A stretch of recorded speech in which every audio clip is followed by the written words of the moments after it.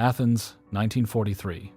Inside a cramped apartment a few blocks from the old royal palace, an elderly Jewish widow named Rachel Cohen is hiding with her 2 grown children in the upstairs rooms, while, on the ground floor, the Gestapo has arrived with pointed questions that could get every person in the building killed before dinner. Opening the front door is a 5-8-year-old princess in a plain house dress. Her eyes lock onto the officers' mouths. A pleasant, slightly bewildered smile sits on her face, and nothing useful comes out of it. Oh, and she has been stone deaf since birth. The Gestapo officers on her welcome mat have not yet figured that out. At this moment, in this city, during a war that has already swallowed half her extended family and a good chunk of the Greek population, the princess is turning her own disability into the best weapon in the apartment.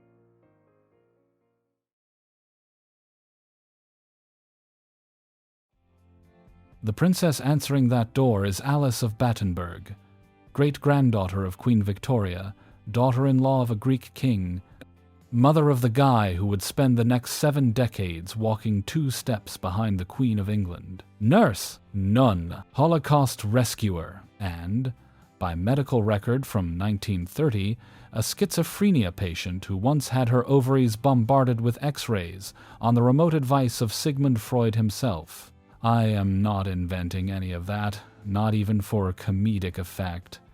We will get to the Freud part in approximately 4 minutes, and it is somehow more disturbing than what I have just told you. If you know Alice at all, you probably know her because she turned up at her son Philip's 1947 wedding looking a little like an exhausted widow, or because she walked into Queen Elizabeth II's 1953 coronation dressed as a Greek Orthodox nun, while everyone else in the abbey wore tiaras. That's usually where the story starts, and for most people, that's also where it stops. The eccentric nun mom, footnote in Philip's Wikipedia article, face in the background of the coronation photos who looks like she wandered in from a different century by accident. Alice, though, had lived through 2 world wars, 3 royal exiles, an Axis occupation, the collapse of 4 European monarchies, and a family situation involving the SS that would spin your neck. She had also, at one point, genuinely believed Christ was speaking directly to her and granting her healing powers. Her own mother and brother had her involuntarily committed. She spent most of the 1930s wandering Central Europe under assumed names before resurfacing in Athens to run soup kitchens during one of the worst urban famines of the 20th century. So, yeah. We're doing the whole thing.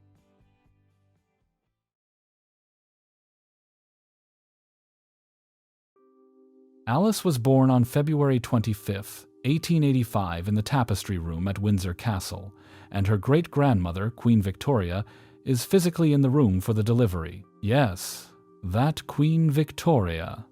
Victoria, at this point, runs Europe like a micromanaging grandmother running a family group chat, and she requires personal attendance at the arrival of every royal baby within carriage distance of Windsor. Having the Queen hovering near the delivery table is the 1880s equivalent of your grandma showing up at the hospital and also happening to own about a quarter of the planet. Her full name was Victoria Alice Elizabeth Julia Marie. Her father, Prince Louis of Battenberg, works as a naval officer and will spend decades trying to be accepted as fully German, fully British, and fully royal depending on which country's newspaper he happens to be reading that week.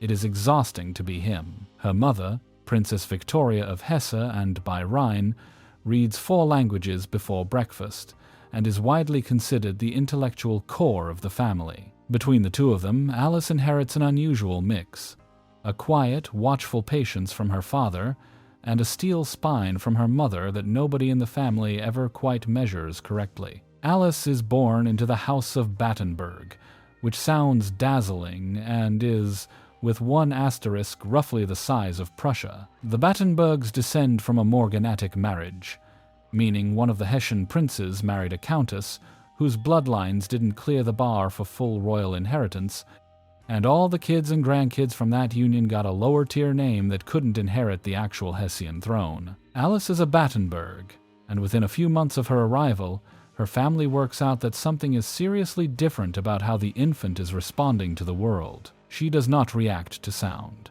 Babbling arrives late, and then not at all.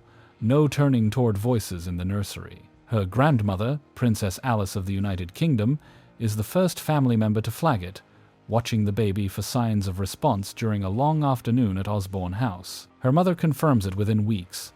Their daughter cannot hear. This is 1885, and congenital deafness in a royal child is, historically, a story that goes dark fast. Across 19th century European courts, disabled royal children had mostly been quietly packed off to country estates and erased from the public record. That is, against every reasonable expectation, not what happens here. Alice's mother, Princess Victoria, decides the girl is going to learn to speak. Not through sign language alone.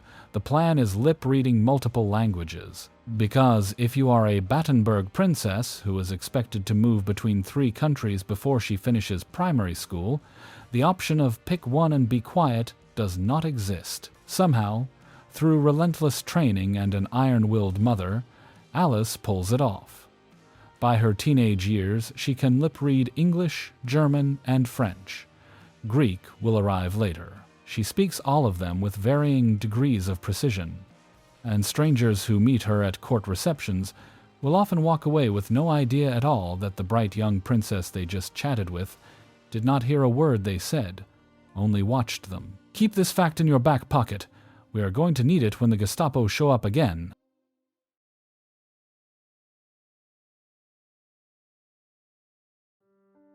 Alice's father is a British Royal Navy officer, which means her childhood functions as a rolling sequence of boat trips. The family shuttles between London, the family seat at Darmstadt in Hesse, and Malta, where the Royal Navy Mediterranean Fleet has its base. Depending on which year you catch her, Alice might be curled up in a drawing room at Windsor with her great-grandmother, running around a German palace garden, or watching warships steam into Valletta Harbor from a naval quarters window. She grows up fluent in 3 countries, and completely settled in none of them. The trunks of her childhood never fully unpack anywhere. She grows up alongside 3 siblings. Louise, the older sister, will eventually marry the King of Sweden, and end up a queen consort nobody saw coming. George, the older brother, turns into a solid naval officer and heir to the Battenberg line. Louis, the youngest and most famous, becomes Lord Louis Mountbatten of Burma, the last Viceroy of India, and a man whose life ends in 1979 by IRA bomb on a fishing boat off Sligo. The Battenberg children are close. Letters go back and forth between them for decades, into old age. Alice, in particular, adores her mother, treats her as the intellectual center of the household, and absorbs from her a habit that will define the next 60 years of her life. She watches. She watches faces, hands, posture, room temperature, all of it, because watching is how she has learned to understand the planet around her. Does she get frustrated? Absolutely. Entire conversations still vanish on her whenever someone turns their head mid-sentence. By her late teens, though, most people in the British royal circuit no longer treat her differently. Some cousins do not even realize she is deaf until a family member mentions it at dinner, which, if you think about it, is genuinely wild. She is masking her disability in a century that had no word for masking.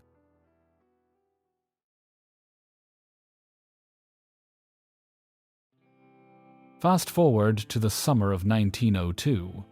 King Edward VII, Alice's great-uncle, is about to be crowned King of the United Kingdom, and every royal in Europe with a passport and a working pulse has descended on London for the festivities. Alice is 17.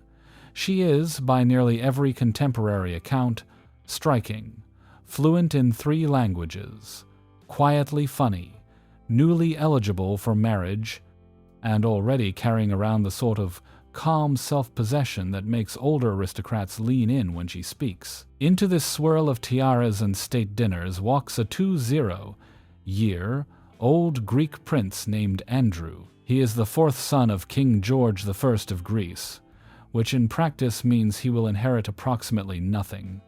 Tall, charming, waxed mustache that will become his lifelong signature. And, from the moment he sees Alice across a reception room, entirely smitten, where exactly they meet, the sources get fuzzy. Royal reception lists from the summer of 1902 are a documentary mess, partly because there were simply too many competing events on the calendar in any given week, and so the specific evening they first crossed paths is genuinely unknown to historians. By October of 1903, Alice and Andrew marry in Darmstadt, in a ceremony so bureaucratically complicated it takes 3 separate services to complete. Civil first, for the German state paperwork. Lutheran, for Alice's Protestant side of the family. Greek Orthodox, because Andrew's side of the family flatly refuses to accept anything less. 3 weddings in a single day, and Alice, a multilingual lip reader and a veteran of royal protocol,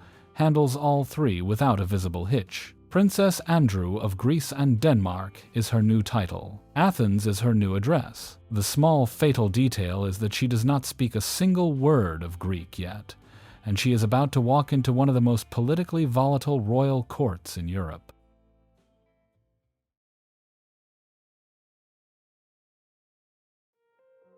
Athens in 1903 is a spectacularly unstable place for a foreign teenage bride to move to. Greece at this moment is about 70 years into its existence as an independent kingdom, a monarchy imported from Denmark in 1863, and installed on top of a country that had never really wanted a Danish king to begin with. The national political conversation is a running argument about whether Greece should try to retake Ottoman territories populated by ethnic Greeks, an aspiration called the Megali idea, or Great Idea, that every few years explodes into either a coup, a war, or both. Into this, Alice moves with a naval officer husband, no Greek, 4 trunks of clothes, and a quiet willingness to figure it out. And she does it really fast, teaching herself to lip-read Greek, which, if you have ever actually looked at the alphabet, is a linguistic feat bordering on witchcraft, comes first. She begins attending Greek Orthodox services with Andrew, and develops an unmistakable affinity for the liturgy, though formal conversion is still 25 years off. She befriends the Greek court. Every parade, every reception, every military review, she turns up for in person, often with a daughter balanced on one hip. Within a few years, the Greek press is calling her, approvingly, "Our Alice," which, for a blonde Battenberg who could not have found Thessaloniki on a map in 1902, is a genuinely astonishing level of local uptake. Then the babies start arriving. Between 1905 and 1914, Alice gives birth to 4 daughters in swift succession. Margarita arrives in 1905. Theodora follows in 1906. Cecily joins the family in 1911. And Sophie closes out the run in 1914. 4 girls, all named in the slightly overwhelming continental European royal style, each of whom, without a single exception, will eventually end up married to a German.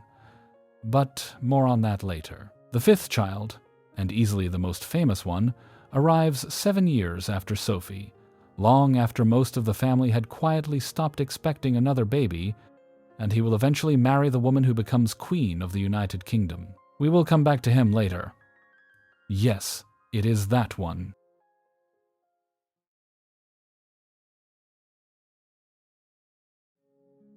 In 1912, the First Balkan War breaks out, and things get entirely real for Alice very quickly. The war pits Greece, Serbia, Bulgaria, and Montenegro against the dying Ottoman Empire. Andrew, holding a Greek military commission as a cavalry officer, ships out to the front. Alice, 27 years old and already the mother of 3 small children, refuses to sit in Athens knitting bandages. Instead, she puts on a nurse's apron and goes to the front line. Alice actually works in field hospitals close to active combat zones, assisting surgeons, managing amputations, moving supply chains of gauze and morphine from rear echelons up to the forward wards. She holds together, reportedly, in conditions that break veteran nurses. By some Greek officers' accounts, The princess earns a reputation as the one royal in the Hellenic court who does not flinch at the sight of blood. In 1913, King George V of the United Kingdom, her first cousin once removed, sends her the Royal Red Cross. That is a real British decoration for exceptional military nursing service, not a ceremonial gift for showing up to hospitals for photo opportunities.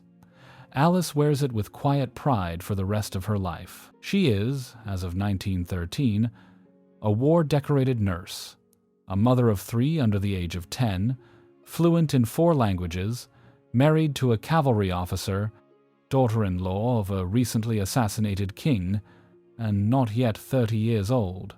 Yes, assassinated. Her life is about to get enormously harder. Pause a beat on 1913. It is the last year in Alice's adulthood in which the floor underneath her feet is reasonably stable, and everything that happens from 1914 forward will be some variety of war, exile, institutionalization, or occupation.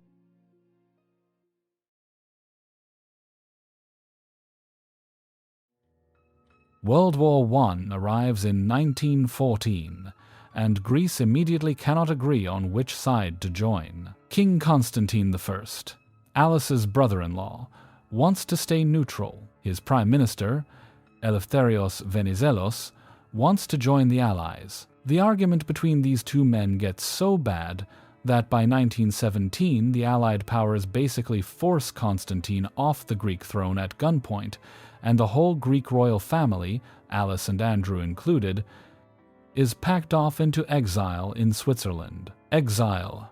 Round 1. Alice spends most of the years from 1917 to 1920 in Switzerland, with 4 small children running low on money, trying to stretch a modest Battenberg pension about 3 times further than anyone ever designed it to go. Then, in 1920, Greek King Alexander, Constantine's son, dies from, and I am not making this up, an infected monkey bite on palace grounds. The throne bounces back to Constantine, who returns to Athens, and Alice and Andrew follow him home within weeks. She gives birth to her 5th and final child on June 10th, 1921, on a dining room table at the family villa on the island of Corfu, because nobody had time to move her to a proper bed. The baby is named Prince Philip of Greece and Denmark. 18 months later, every single thing falls apart.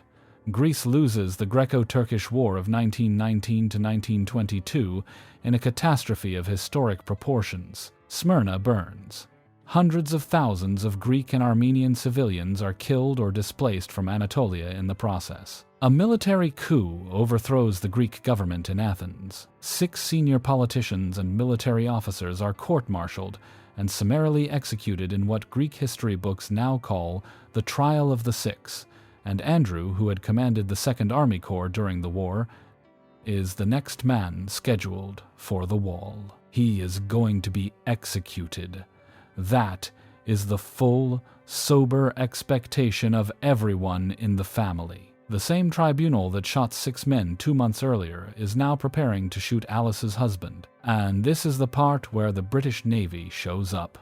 King George V of the United Kingdom sends the cruiser HMS Calypso to Phaleron Bay with explicit orders to extract Andrew, Alice, and the children before anyone pulls a trigger. British diplomat Lord Curzon, at the same time, leans extremely hard on the Greek government from London. Andrew's death sentence gets commuted to permanent banishment at the last possible moment. The family receives roughly 24 hours to leave Greece and, officially, never return. Alice packs 5 children onto a British warship in December 1922. Prince Philip, at 18 months old, is too small for any of the regulation ship bunks, so they build him a cot out of an orange crate. The future husband of Queen Elizabeth II spends his first political evacuation sleeping in a wooden fruit box on a Royal Navy cruiser steaming north through the Aegean. Now, exile, round 2. The family settles outside Paris in a small house in Saint-Cloud,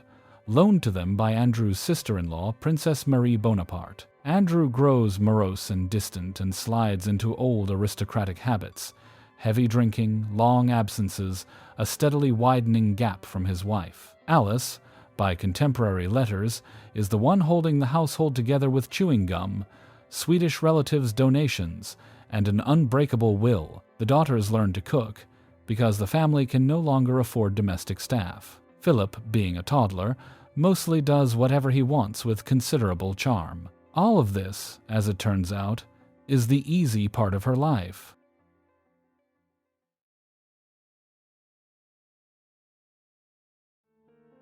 Something inside Alice begins shifting in 1928.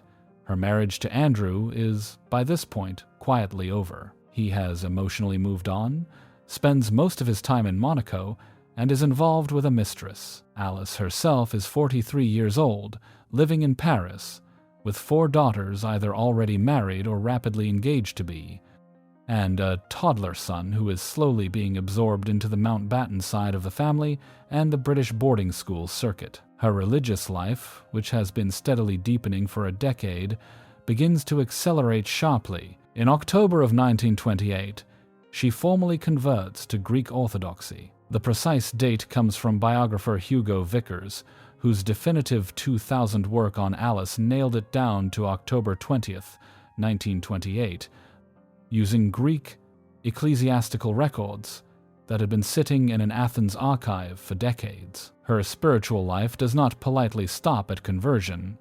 Alice starts experiencing what she describes, in her own letters, as direct divine visions. Christ, she tells her sisters, is speaking to her personally, by name, in specific rooms, with specific instructions.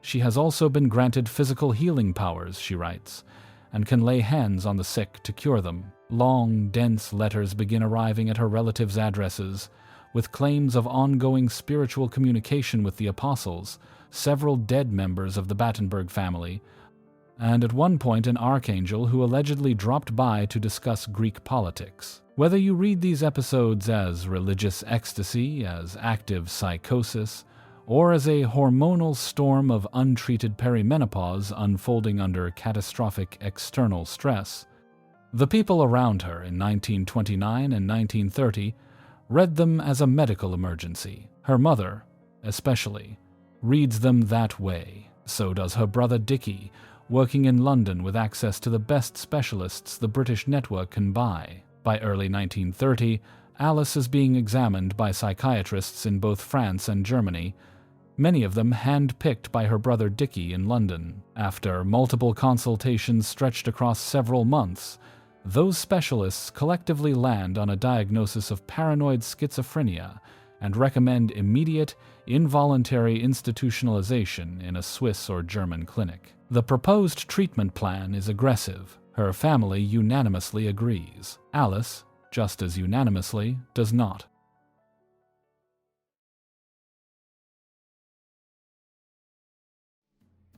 Time to deal with the Sigmund Freud bit, because this is one of the most misreported pieces of Alice's entire biography. For decades, the shorthand version went like this: Sigmund Freud personally examined Princess Alice, personally diagnosed her, and personally ordered her ovaries to be x-rayed to calm down her libido. That is wrong on the examination. Freud never met Alice in person. What actually happened is that Freud consulted remotely with Dr. Ernst Simmel, director of the Kurhaus Schloss Tegel clinic outside Berlin, where Alice had already been admitted. From Vienna, Freud offered his opinion on her case file via correspondence with Simmel. His opinion, and I am trying to state this as plainly as possible, was that Alice's delusions were the product of sexual frustration, and that the correct medical response was to forcibly induce early menopause by bombarding her ovaries with radiation. Yeah! That procedure was carried out at Schloss Tegel on Alice in 1930 against her consent. The idea, inside the early 20th century medical imagination, was that you could calm a woman's nervous system by nuking her ovaries with X-rays, eliminating whatever supposed erotic currents were driving her to hear the voice of Christ in her bedroom at night. It is medically grotesque on every axis. In 1930, though, the procedure was considered a forward-looking, respectable treatment for paranoid schizophrenia in women of a certain age. On May 2nd, 1930, Alice's family makes its move. Her mother, Princess Victoria, and her brother, Lord Louis Mountbatten, orchestrate what honestly reads, in the primary sources, as a kidnapping wrapped in very expensive medical paperwork. Alice is told she is being taken to a sanatorium for treatment of a physical ailment. She is instead forcibly committed to the Bellevue Sanatorium at Kreuzlingen, Switzerland, placed under the care of the pioneering psychiatrist Dr. Ludwig Binswanger. She is 45 years old, and she has consented to absolutely none of it. Her 4 older daughters at this point have mostly moved on with their own lives and are marrying into German royal families. 8-year-old Philip gets packed off to England, where he will be raised primarily by the Mountbatten side of the family. Alice, in the span of a single season, loses her marriage, her daughters, her son, her religious community, her Greek citizenship, and her physical autonomy. Everything. She will spend the next 2 years inside Swiss institutions.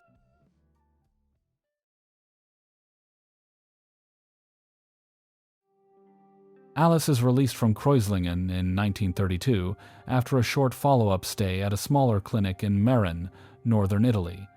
Then she vanishes, not literally, but for the next 6 years, from 1932 to 1938, Alice effectively disappears off her family's radar. She does not go back to Andrew, who has by now become a permanent fixture of the Monte Carlo hotel circuit. Alice does not rejoin her daughters, who are building households in Germany with husbands Alice has barely met. She does not visit Philip, who is grinding through British boarding school and being raised by his uncle Dickie Mountbatten. Her letters, when she sends any, run terse and evasive. What does she do instead? She wanders and travels through Central Europe, mostly incognito, staying in minor hotels, sometimes unnamed at check-in, sometimes under slight variations of her own name. Her income is a small Battenberg pension that barely covers the rent she keeps to herself. During this period, Alice studies Orthodox monastic tradition in detail,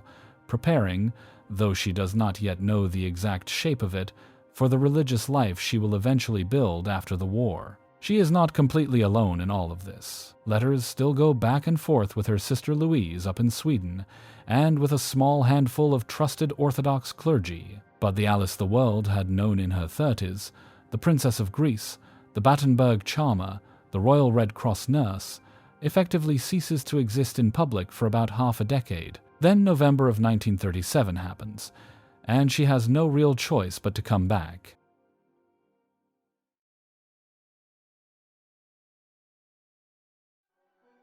On November 16th, 1937, a Sabena airliner taking off from Ostend, Belgium, crashes into the ground in heavy fog. Among the dead are Alice's daughter Cecily, Cecily's husband Georg Donatus of Hesse, their 2 young sons, Cecily's unborn child, and everyone else on the plane. Cecily had gone into labor mid-flight. The pilot had tried to land in the fog at the wrong airport, at speed. It is a multi-generational family annihilation. An entire branch of the Hessian royal house is erased in a single afternoon. Alice goes to the funeral in Darmstadt. So does Andrew, flying in from the Riviera for the first time in years. And so does 16-year-old Philip, who has traveled over from his English boarding school in a black suit he has clearly outgrown by at least 2 inches. The funeral is, as it turns out, the first time Alice has physically been in the same room as her husband and her son in several years. The funeral accomplishes 2 things at once. It reconnects Alice with her surviving children, at least minimally. It also forces her, with no possibility of continued denial, to reckon in real time with exactly which direction several of her daughter's marriages have already taken, and how politically dangerous that direction is about to become. She moves back to Greece the following year. Not to Andrew, she rents a modest apartment in central Athens, just a few blocks off the old royal palace, and moves in alone with a small suitcase, a single icon, and a monthly Battenberg allowance small enough to make her new Greek neighbors blink twice.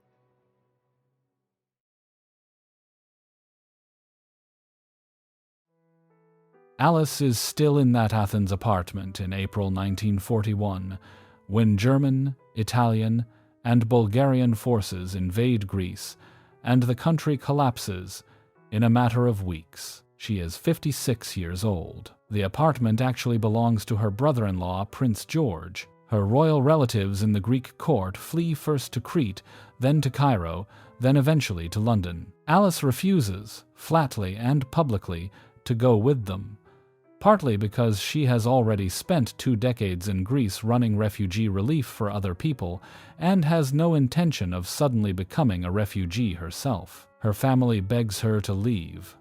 Philip, now 19 and serving as a junior officer in the British Royal Navy, cannot communicate with his mother through ordinary channels because she is now on the wrong side of Axis lines. Alice waves the whole Windsor Mountbatten apparatus off. Greece has been her country for nearly 4 decades. She is not going to abandon the city because some Germans have parked their tanks on it. What happens next is a catastrophe most people outside Greece do not know nearly enough about. The winter of 1941 into 1942 is called, in Greek, the Great Famine, or the Katochi Famine. Food supplies inside Athens collapse almost entirely. The Axis occupation systematically diverts the harvest to feed German and Italian troops. Tens of thousands of Athenians starve to death in their own streets during that single winter. Municipal trucks drive through the city every morning simply to collect corpses from doorways and dump them in mass graves outside the city limits. Alice is inside this. She does not leave her apartment until she has secured, via her royal contacts, Red Cross accreditation papers. She then weaponizes those papers at scale. Walking around Athens in a plain dress, she organizes soup kitchens, arranges shelter for orphaned children, helps coordinate distribution lists, and quietly runs a small logistics operation moving food and medicine around the city. On one occasion, she takes a permitted trip to Sweden to visit her sister Louise, and smugglers medical supplies back into Athens inside her personal luggage. Her daughters, meanwhile, are in Germany. Sophie's husband, Christoph of Hesse, is an SS officer and a Luftwaffe pilot. Margarita's husband, Gottfried, Prince of Hohenlohe-Langenburg, serves in the Wehrmacht. Alice is, by family connection, directly plugged into the Nazi war machine. Her brother Dickie, at the same time, is a senior British Royal Navy officer rising fast in the war effort. Her son Philip is on a British destroyer in the Mediterranean, getting shot at by the same Air Force Sophie's husband flies in. Her family is, in effect, at war with itself across half of Europe. Alice is sitting in the middle of occupied Athens, running relief, as Axis officials occasionally knock on her door to check in on the strange old princess, who lives alone with nothing worth stealing. She has one more trick coming.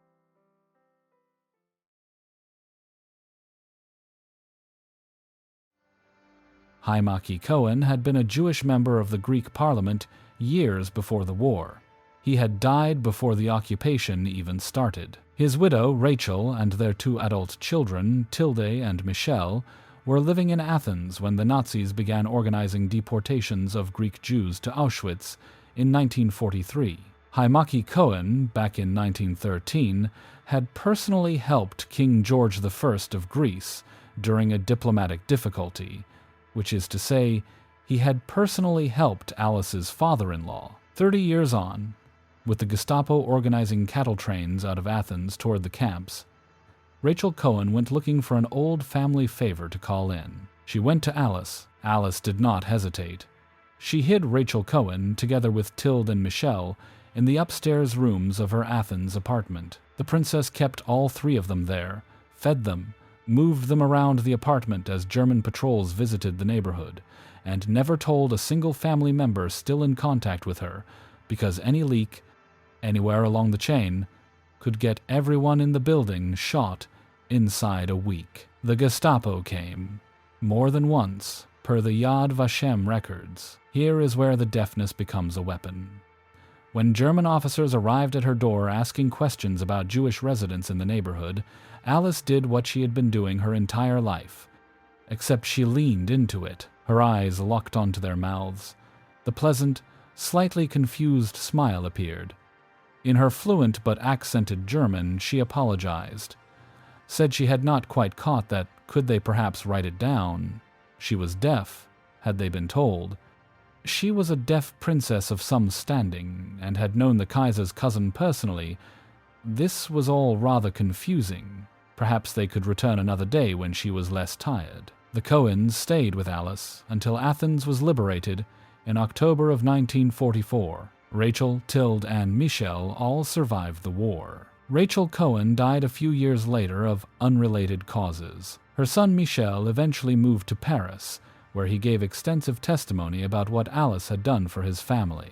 That testimony is what the Yad Vashem archive eventually used, decades later, to formally recognize her as righteous among the nations, the highest Israeli honor available to any non-Jew who risked their life to save Jews during the Holocaust. It remains, in my opinion, the most underrated Holocaust rescue story in the entire European royal record. The British government did not learn about any of this until well after the war. Alice did not speak about the rescue publicly in her lifetime. Her son Philip only learned the full details decades after her death, through family research triggered by the Yad Vashem nomination in the early 1990s. She considered the entire thing a basic matter of human decency, and she did not particularly want credit for it. That fact alone should tell you something about the distance between who she actually was, and how history, for decades, chose to remember her.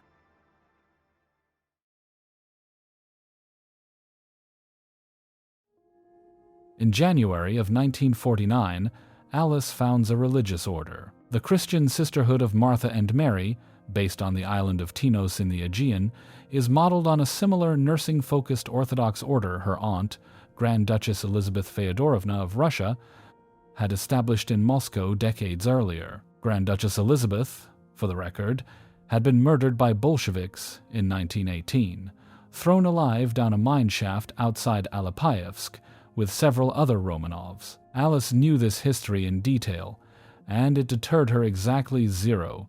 She takes the habit, gray, plain, floor-length, with a simple white coif. She adopts the name Sister Alice in monastic life, takes on the full monastic rule, eats plainly, prays for hours every morning, and for the first time since before her institutionalization, her life has a clear shape.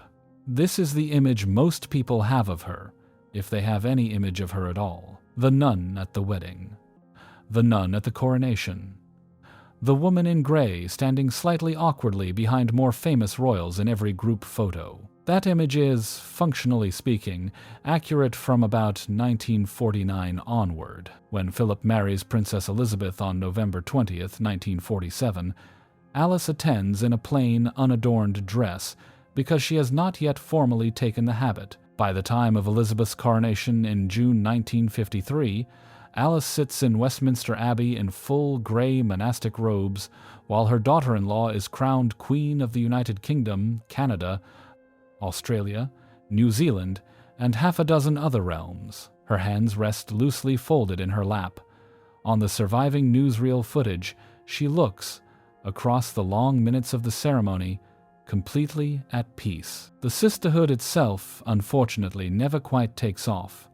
Alice cannot secure steady funding. The Greek Orthodox hierarchy, always suspicious of foreign converts running independent orders, views her operation with polite skepticism. Novice numbers stay tiny, sometimes as few as 2 or 3 sisters. By the mid-1960s, the order is effectively finished as a functioning institution, though Alice herself continues to wear the habit every single day for the rest of her natural life. In 1967, a military junta overthrows the Greek civilian government. The colonels take over, and suddenly it is no longer particularly safe for a minor Greek royal to be living alone in central Athens, especially one with failing eyesight, no reliable income, and a tendency to speak her full, unfiltered mind to whichever minor government functionary happened to be standing in front of her. Queen Elizabeth II and Prince Philip make the necessary arrangements. Alice is moved with minimal luggage to Buckingham Palace. She spent the last 2 years of her life living in an apartment suite on the second floor of the Queen of England's actual house, still wearing her Greek Orthodox habit, drinking her morning tea, surrounded by corgis. She could not hear bark. Prince Philip would later describe his mother as the most dignified person he had ever known. That is a strange line to land on. Coming from him specifically, a man who did not do public sentiment about almost anyone in his long life, it lands harder than it has any right to, because when the Duke of Edinburgh finally speaks about his own mother in that kind of unguarded register, you sit up and notice. Alice dies at Buckingham Palace on December 5th, 1969, at 84 years old. She leaves behind, by her own explicit instructions, almost nothing of material value. No jewels, no property, no cash in her bank account, nothing that the Mountbatten-Windsor family could have sold at Sotheby's for a single pound. Everything she had owned, including the last of her Battenberg heirlooms, she had given to the sisterhood years earlier. Philip, while handling the funeral arrangements, reportedly discovered that his mother had not even technically owned the bed she had been sleeping in for the last 2 years of her life. She is initially buried at St. George's Chapel, Windsor Castle, alongside generations of British royalty. Her will, though, leaves explicit instructions. She wants to be buried in Jerusalem, next to her aunt, Grand Duchess Elizabeth of Russia, in the crypt below the Russian Orthodox Church of Mary Magdalene on the Mount of Olives. The family considers this impractical for about 2 decades, and then eventually stops considering it impractical. In August 1988, Princess Alice's coffin is quietly flown from Windsor to Israel and reinterred in the crypt at Mary Magdalene. She has been there ever since.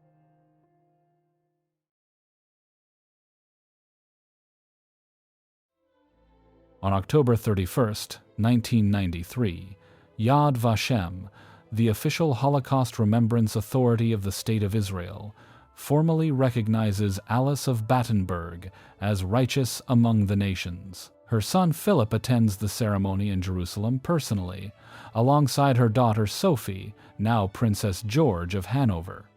He gives a short speech. Most of it is delivered without audible emotion, in which he says he suspects his mother would have found the entire honor unnecessary, because she considered what she did during the war to be the absolute minimum behavior expected of any decent human being. She was a person with deep religious faith, and she would have regarded it as a perfectly natural human reaction to fellow beings in distress. In 2010, the United Kingdom government posthumously designates Alice a British hero of the Holocaust, the first time that honor has ever been granted to a member of the royal family. That fact should be better known than it is. The Mountbatten-Windsor family has, in the decades since her death, slowly begun to lean into her story in a way they did not while she was alive. Modern royal biographies treat her seriously as a figure of moral courage, not as an eccentric embarrassment to be filed at the back of a drawer. The shift is real. Her 1930 involuntary institutionalization, once treated by the family as a mortifying secret, is now treated by biographers as a case study in how early 20th century psychiatry misread and mistreated women in crisis. We still do not know, definitively, what was happening medically in Alice's head in 1929. Some modern psychiatric historians argue the paranoid schizophrenia diagnosis was always wrong, a convenient box to check because the medical vocabulary of the day had no better category for a woman reporting religious experiences. Others think the diagnosis was correct, but the treatment at Tegel was barbaric on every measurable level. Plenty of other scholars argue that trying to sort her between psychiatric illness and authentic religious experience is itself the wrong frame, and that her real story lives in the overlap. What we know for a fact is that after her 1932 release, Alice never had another documented psychotic episode, never required any further institutional care, and proceeded to spend the next 37 years running wartime relief operations, hiding Jewish families from the Gestapo, founding a religious order, and eventually moving into Buckingham Palace. Whatever was happening in her head in the late 1920s, it did not define the 4 decades of work that followed.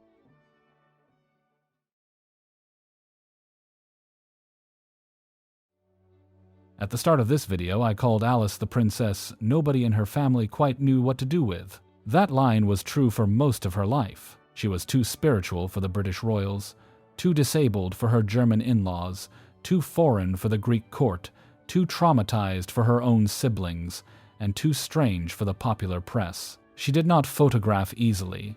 She refused interviews. For the final 20 years of her life, she wore the same gray habit. Today, she is buried in a stone crypt underneath a Russian Orthodox church on the Mount of Olives, about a mile from the old city of Jerusalem as the crow flies. There is no tourist line at her tomb, no audio guide stop number, no queue of pilgrims waiting to get in.